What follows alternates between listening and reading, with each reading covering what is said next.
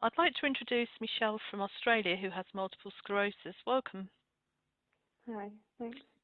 Could you tell me when you first started to notice MS symptoms? I think it was probably about 10 years ago, but I've only been diagnosed for 1 year. So my symptoms, I've never had an actual attack as such, what people say. Mine's been just a progression of sort of deterioration in my right leg and my right hand. And then, which eventually led me to get, to seek sort of a better opinion of what was going on. How old were you? 41. And what impact did that have on your life? Initially just devastation, I suppose, because you initially think I'm going to end up in a wheelchair, because that's all I knew. I only knew one person with MS, and she wasn't very good. So obviously initially, and having 2 young children makes you just grieve, was what my GP told me, that I was grieving for what the life I thought I was going to have had gone. But then I quickly sort of got on top of it, because I'm not quite. When you've got 2 kids, you sort of can't dwell on things. You've got to just move on. So, after probably the first month, I pretty much then became quite proactive in finding out more. And Before you found LDN, what symptoms were you experiencing? My main thing was the tiredness, very, very fatigued, just sitting down and falling asleep on the couch in the middle of the day was a huge thing for me.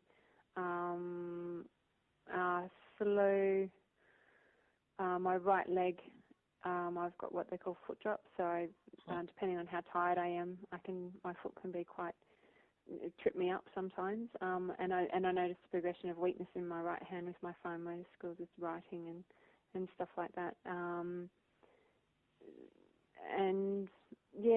just little things. I had a sort of a different version of optic neuritis that everyone has. I have what's called iritis, but they have linked that now to MS as well, which would flare up if I was tired or stressed or something like that. What about bladder control? Yeah, and that as well, but then I've always been pretty bad. But I blamed that on I had a very hard childbirth, so my daughter was only 2.5 or 3 when I found out about my MS, and I thought, and I was going to physio and everything, and to be honest, I put a lot of it down to the hard birth. I didn't really associate that with the MS at all until I found out, obviously. And how did you hear about LDN? It was a girlfriend of mine. Her husband has psoriasis, severe psoriasis, and she lives up in Queensland in Australia. And a friend, she was a part of a church group, and someone in her church group had MS. And when I spoke to her about it, she immediately thought of him, and he recommended a book by the Mary Bradley, the Up the Creek with No Paddle or something. Up the creek with a paddle, yes. That's it. Yes. Yeah, and so she sent that to me, basically, and that's where I first heard of it from. And how easy was it to get a prescription?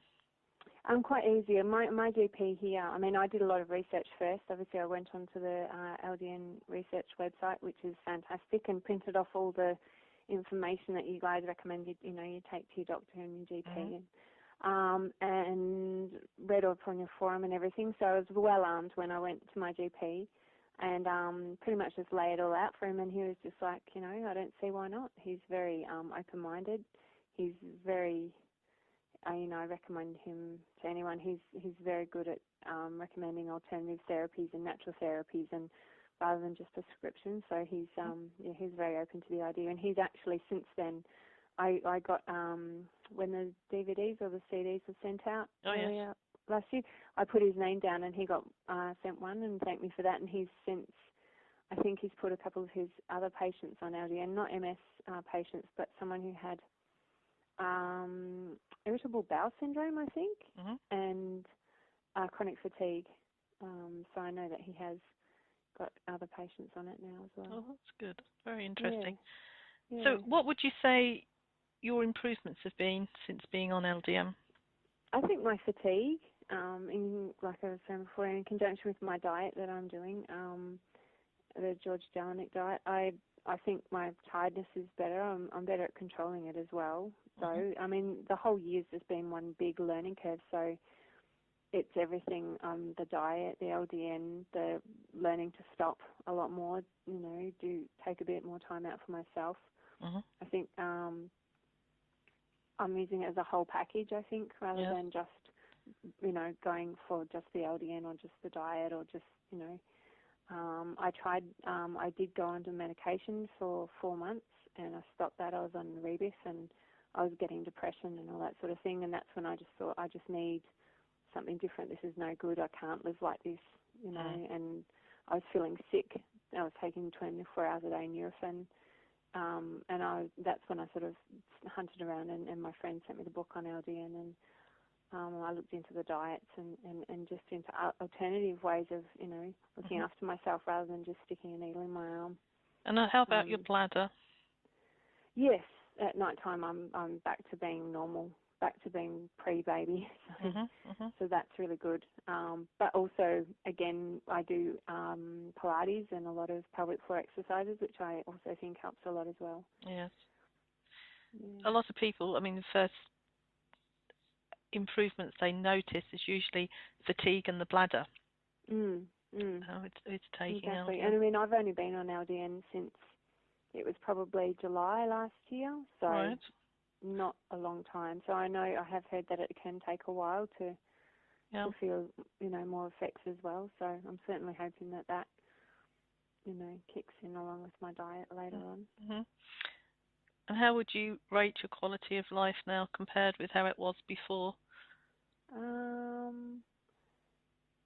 Better in the way, it's hard to say. I've always been quite active, so I was frustrated before without knowing why, whereas now I'm more accepting and knowing my limitations. I don't expect as much of myself, so I know what my limitations on my body are, so therefore I'm not as frustrated. So in that respect, peace of mind is 100% compared to a year ago, without just not knowing what was going on with my life, I've always had quite a good quality of life, and we're very fortunate where we live, and I'm lucky that I've got a very helpful husband who's very supportive and does a lot, so he does a lot more now, which makes life easier for me as well. So, quality of life now is, much better than a year ago, that's for sure. What would you say to newly diagnosed people?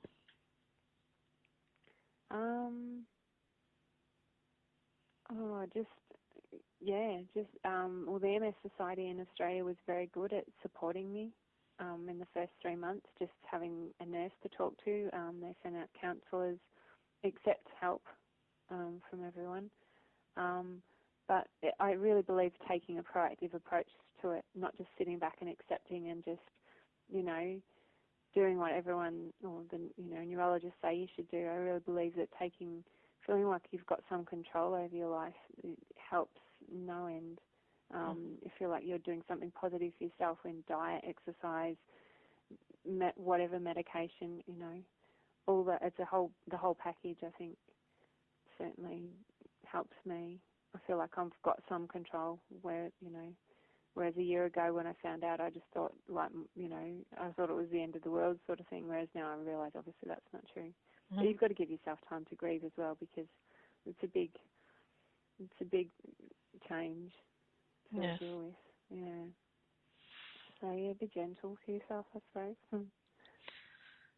Well, is there anything else you'd like to add before we finish? No, I think you've covered it all. Well, thank you. The internet's brilliant. The internet makes life for everyone's so much closer, and information that you can access and people you can talk to, and the websites that are out there to help. It's just, it's phenomenal. I think you don't feel as alone when you find other people who are experiencing the same problems.